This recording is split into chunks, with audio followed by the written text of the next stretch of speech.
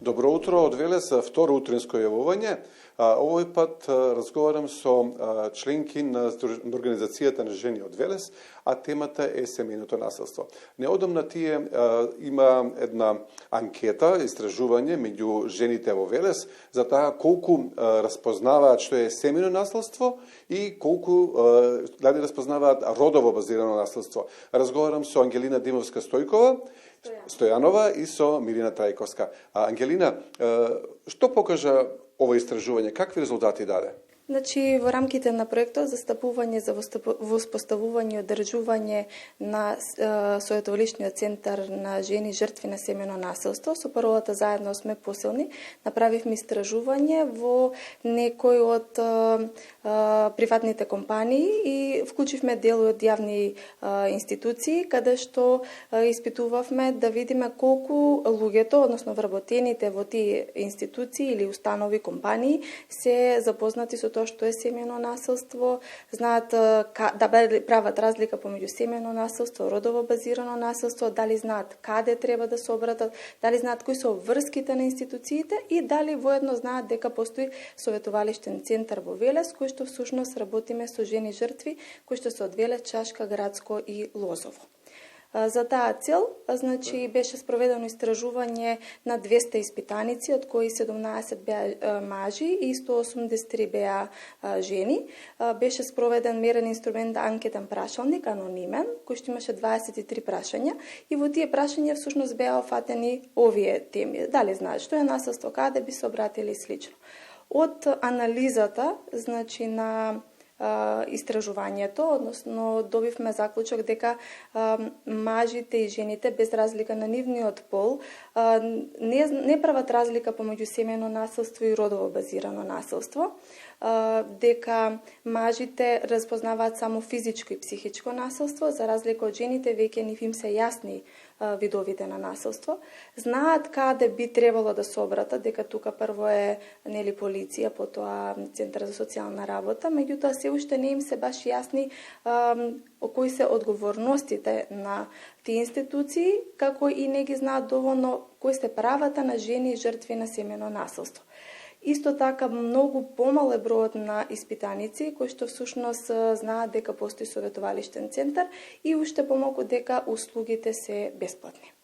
Може ли за јавноста да прецизираме семејно насилство што е и што е родово базирано насилство за пошироката јавност? Така, семејното насилство е насилство кое што се случува во рамките на семејството, а родово засновано насилство е кога имаме насилство или дискриминација во однос на родовата припадност.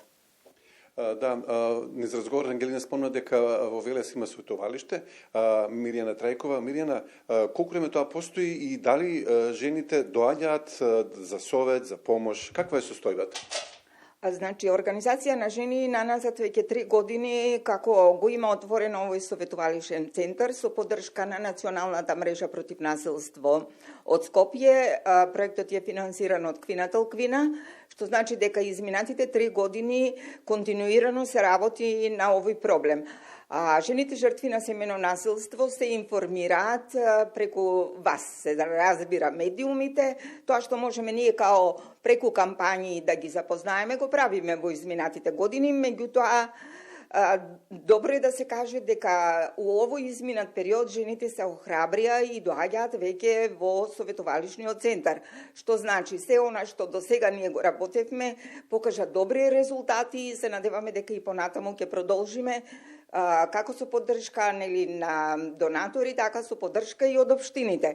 Затоа што како канцеларија која што и советовалиште која што дава бесплатна, значи психосоцијална поддршка на жените жртви на семејно насилство и како што кажа колешката, ги покриваме тие 3 општини плюс Велес, обврска е на општините да партиципираат со некој износ на средства за одржливост на ова психолошко советовалиште. Се надеваме дека со буџетите за следната година ќе успееме да разбудиме свеста кај нашите кај локалните власти. Се надеваме дека ќе имаме нивната поддршка и во наредните години ова психолошко советовалиште ќе работи. Да појасниме, освен Велес, тоа 3 општини се соседните општини? Да, тоа се соседните општини Градско, Чашка, Лозово. А центарот е тука во Велес. Да, на која адреса? Каде може да најдат? Многу лесно може да не најдат, значи ова е местна заедница Трајко Панов на сите во нашиот град и во околниве места им е позната затоа што се наоѓа на една навистина добра локација, а тоа е на кривината према болница и многу лесно едноставно жените доаѓаат. Ние во изминатиот период, затоа што и канцеларијата на Организација на жени се наоѓа во ова местна заедница, затоа и го отворивме советувалиштето за жените да не се чувствуваат непријатно кога доаѓаат во овој советувалишен центар. Затоа што сме мало место каде што нели сите меѓу себе се познаваме и малку е непријатно за жените, меѓутоа отворена им е вратата, дали тоа е во Организација на жени или во советувалишниот центар. Значи, ние со проектот работиме попладне, обично попладне, психологот ги закажува сесиите со нели жените жртви, инаку канцеларијата е отворена секоја среда за останатите нели активности кои што Организација на жени ги спроведува. Да, и пред крај на овој разговор, Ангелина, едно прашање кое што се наметнува за бројката на семено наследство, дали таа опаѓа или расте? Да. Тоа е пријавени случаи. Така. Имаме добиени податоци од Центар социјална работа, од СВР и МВР Велес и добиени се дека бројот расте. Меѓутоа, јас би кажала дека расте бројот не на жртви, туку расте бројот на жртви кои што се охрабриле и го пријавиле семејното насилство, односно жртви кои што одлучиле да го напуштат кругот на насилството. Да, јас ви благодарам и вас, Ангелина, и вас, Мирјана, за ова утринско гостување. Јас би дополнила, ме прашавте за адресата, значи на Васил Ѓоргов безброј, можат да се обратат жените, секогаш во секое време. На нашиот едукативен материјал ги има броевите на телефон, така да слободно можат да не контактираат без разлика во кое време имаат потреба од нас. Да, тоа беа гостинките ова утро, Ангелина Димовска-Стојанова и Мирјана Трајкова од Организација на жени. Разговаравме за семејното наследство, за тоа колку жените од Велес знаат за него и дали бараат помош. Студио